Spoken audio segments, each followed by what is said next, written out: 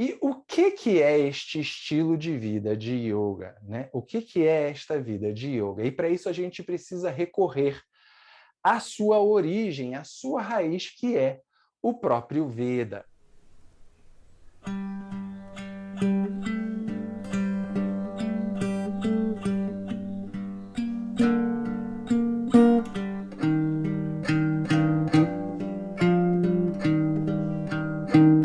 Muitas vezes a gente ouve, né, os Vedas, mas a raiz mesmo é Veda, um Veda, porque é um corpo de conhecimento.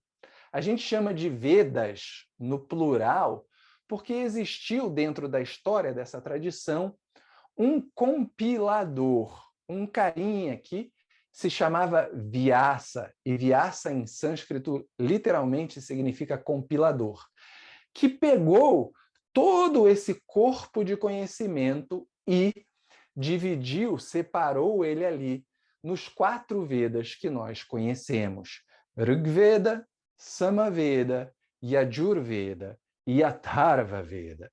Só que esses 4 Vedas, na verdade, são o Veda, ou seja, o corpo de conhecimento no qual o yoga está inserido e que a gente vai ver também no qual Vedanta está inserido. E para isso a gente precisa ver como é que o Veda, então, foi composto ao longo da história dessa tradição da Índia, né? Então, o Veda ele não foi composto em um determinado momento da história. Pá, de repente apareceu o Veda.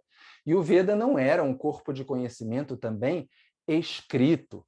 O Veda é um corpo de conhecimento oral, ou seja, era transmitido de professor para aluno oralmente. Então, todo esse conhecimento era transmitido de geração para geração de forma oral.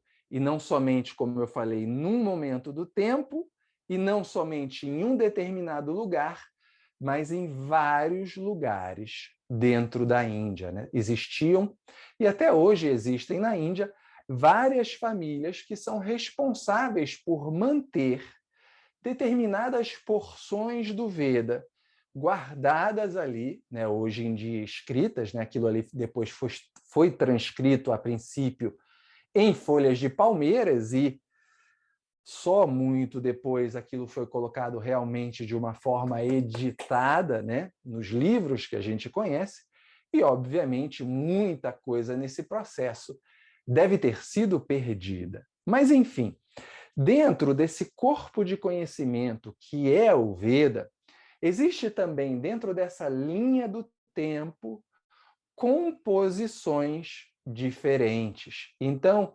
dentro disso que a gente pode chamar de Veda, existem 4 tipos de composições diferentes.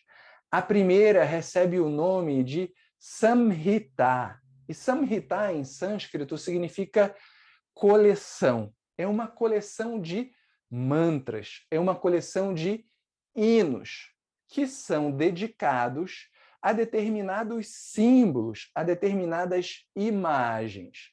E eu digo muito mais símbolos do que imagens, porque nesses primórdios do Veda não havia isso que a gente conhece como imagem, né? Hoje em dia você tem uma imagem de Shiva em casa, de Ganesha, de Kali, de Durga, de Saraswati, não interessa.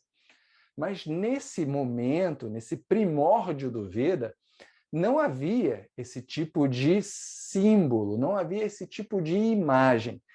Então, eles usavam realmente mais símbolos, algo um pouquinho mais subjetivo. Então, esses hinos eram muito dedicados a símbolos de luz. Por quê? Porque luz é aquilo que ilumina, é aquilo que permite que você enxergue, é aquilo que permite que você veja. Que veja o quê? O que você quer, o que você está buscando, né? Graças à luz, você reconhece os objetos, as formas que estão à sua volta. E graças à luz que é lançada nas nossas mentes, que é a luz do conhecimento, é possível reconhecer este ser sobre o qual eu falei lá no começo, que no fim das contas não pode ser apontado por conceito algum, por palavra alguma ou por forma alguma. Então, havia estes símbolos de luz que eram Súria, por exemplo, o sol, Agni, que era o fogo, e Indra, que é o raio. Então, essas eram as imagens ou os símbolos mais venerados, se assim a gente pode dizer, nesse primórdio dos Vedas.